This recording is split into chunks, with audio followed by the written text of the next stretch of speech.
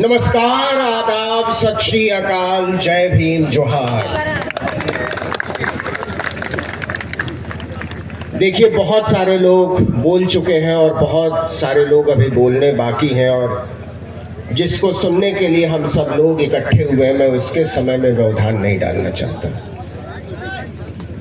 लेकिन फिर भी कुछ बातें कहनी है। और सबसे पहली बात ये कहनी है कि मेरे साथ धोखा हो गया है और नीरज भाई ने बहुत ज़बरदस्त धोखा किया है। उन्होंने ये कहकर हमको और हमारे साथ बहुत सारे लोगों को दिल्ली से बुलाया कि आपको एक सामाजिक अनुष्ठान में आना है, तो इसके लिए मैं तैयार हुआ। फिर जब मैं यहाँ पहुँचा और 1 घंटे तक रहा तो मुझे लगा कि मैं सामाजिक अनुष्ठान के साथ साथ एक आंदोलन में भी बुला लिया गया। और जब 1 घंटे और बैठा तो मुझे लगा कि ये सामाजिक अनुष्ठान और ये आंदोलन दोनों ही दरअसल एक उत्सव है और मैं एक उत्सव का हिस्सा हूँ। तो आप सब लोग बहुत बहुत बधाई एक ऐसे जमावड़े में तब्दील होने के लिए जिसका ऐलान है कि हम इस मुल्क में कभी भी संविधान को आंख दिखाने वालों को वहां नहीं पहुंचने देंगे जहां बैठकर वो हम पर हुकूमत की बात करता है। 2-3 छोटी छोटी बातें मुझे करनी है और वो बातें बड़ी साधारण है। कल्चरल रिवॉल्यूशन की बात हुई है, सांस्कृतिक क्रांति की बात हुई है, शिक्षा को बचाने की बात हुई है, सामाजिकता को बचाने की बात हुई है, चेतना को बचाने की बात हुई है। लेकिन मेरा सवाल है कि इसको बचाएगा कौन? हम किसकी तरफ देख रहे हैं को बचा लेने के लिए? हम क्या किसी ईश्वर के आगमन की प्रतीक्षा में हैं, या फिर हमको अपने बीच से अपना नेता चुनना पड़ेगा? ये जिम्मेदारी है और ये जिम्मेदारी हम सब की है। और ये जिम्मेदारी इसलिए है कि हम सब लोगों को उस दलदल में घसीट लेने की तैयारी हो चुकी है जिस दलदल को गुलामी कहते हैं। अगर हम सचेत नहीं हुए और आज के आज सचेत नहीं हुए, अभी के अभी सचेत नहीं हुए, तो हम सबको उस गुलामी के दलदल में धंसना पड़ेगा। और मैं खुलेआम कहना चाहता हूं कि ये गुलामी का दलदल केवल दलितों, पिछड़ों, आदिवासियों, पसमानदा, किसानों, मजदूरों के लिए नहीं होगा, ये उन लोगों के लिए भी होगा जो आज इन तबकों को गुलाम बनाने का सपना देख रहे हैं। क्योंकि इस मुल्क में पिछले 10 सालों में 1,29,000 स्कूल बंद हुए हैं, सरकारी स्कूल बंद हुए हैं।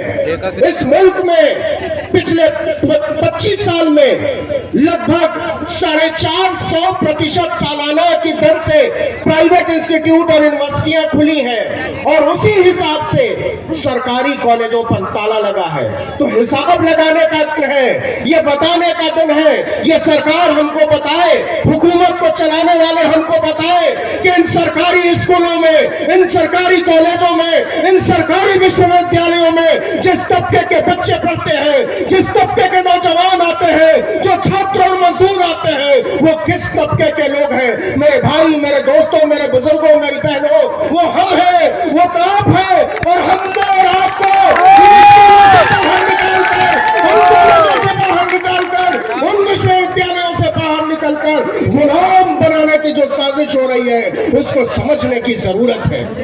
और अगर आज हम नहीं समझेंगे तो वो मौका हमारे हाथ से निकल जाएगा। और मैं फिर कहना चाहता हूं, ये लड़ाई अकेले हमारी लड़ाई नहीं है, ये लड़ाई अकेले नीरज की लड़ाई नहीं है, या भाई चंद्रशेखर की लड़ाई नहीं है, या किसी शंभू की लड़ाई नहीं है। ये लड़ाई आने वाली नस्लों की लड़ाई है। ये लड़ाई उन नस्लों की लड़ाई है जो अभी इस दुनिया में नहीं आई है।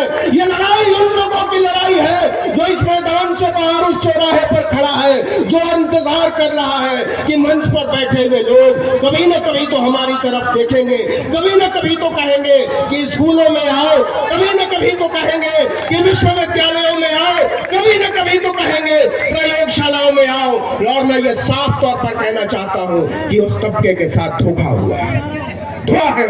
हमने जिनको खुदा माना था, हमने जिनको माना था अपना विधाता, हमने सोचा था कि वो हमको गुलामी के दलदल से बाहर निकालेंगे, वो उन तबकों के साथ जाकर बैठ गए जो हमको गुलाम बनाने के लिए चले थे। बैठ जाओ यार भैया। और ये साजिश हमेशा से चलती आ रही है, लेकिन इस साजिश को पहचानने वाले लोग थे मेरे भाई। बाबा साहब हुए तो हमने खींच लिया है 75 साल, एक नया बाबा साहब ढूंढो, और कम से कम बाबा साहब नहीं ढूंढ सकते हो तो उनके रास्ते पर चलने वाला ढूंढो, और ऐसे हजारों अनुयायी ढूंढो जो हमको और आपको उस गुलामी के दलदल से जाने से बचा सके। एक और बात जो मैं कहना चाहता हूं कि मुझे नहीं लगता कि उरई जिले में इतना बड़ा जमावड़ा आज की तारीख में कहीं लगा हुआ है या इतने सारे लोग जमा हुए हैं, लेकिन कल सुबह का अखबार पढ़ना, जाकर अपना टीवी चैनल देखना, यहाँ बैठे हुए तमाम लोग अदृश्य हो जाएंगे, वो नजर नहीं आएंगे, उनकी बात नहीं होगी, लगेगा कि यहाँ कुछ हुआ ही नहीं था। तो मैं कहना चाहता हूँ कि याद रखना, इस देश में और केवल देश में नहीं पूरी दुनिया में दलितों का कोई इतिहास नहीं होता, पिछड़ों का कोई इतिहास नहीं होता, सताए हुए लोगों का कोई इतिहास नहीं होता, कालों का कोई इतिहास नहीं मिलता। इतिहास केवल आक्रमणकारियों का मिलता है, विजेताओं का मिलता है। तो आपसे कहना चाहता हूं, वो ताकत हासिल करो जो इतिहास को पाताल से खोजकर बाहर निकाले और लिखे अपना इतिहास। हम वहां खड़े हैं जहां से हमें आसमान नजर नहीं आता, हम वहां खड़े हैं जहां से हमें रास्ता नजर नहीं आता, हम वहां खड़े हैं जहां से हमें रोशनी नजर नहीं आती। और इसलिए हमें जरूरत है रास्ते की, रोशनी की, आसमान की, और हमारे पास वो ताकत कि हमने दुनिया बनाई, ये सड़कें हमने खोदी, ये पुल हमने बनाए, फटे हुए बर्तन हमने धोए, जूठे बर्तन हमने धोए, मालिश और बेकार हमने किया, दरबानी और ड्राइवरी हमने की। ये दुनिया हमारी है, ये दुनिया हमारे हवाले करो, इससे कम पर कोई समझौता नहीं होगा। और हम मानते क्या, बोली के आधार पर ऊंचा के बराबर मान लो, इसके अलावा हमारी कोई लड़ाई नहीं है, इसके अलावा हमारी किसी से कोई दुश्मनी नहीं है, कोई मनमुटाव नहीं है।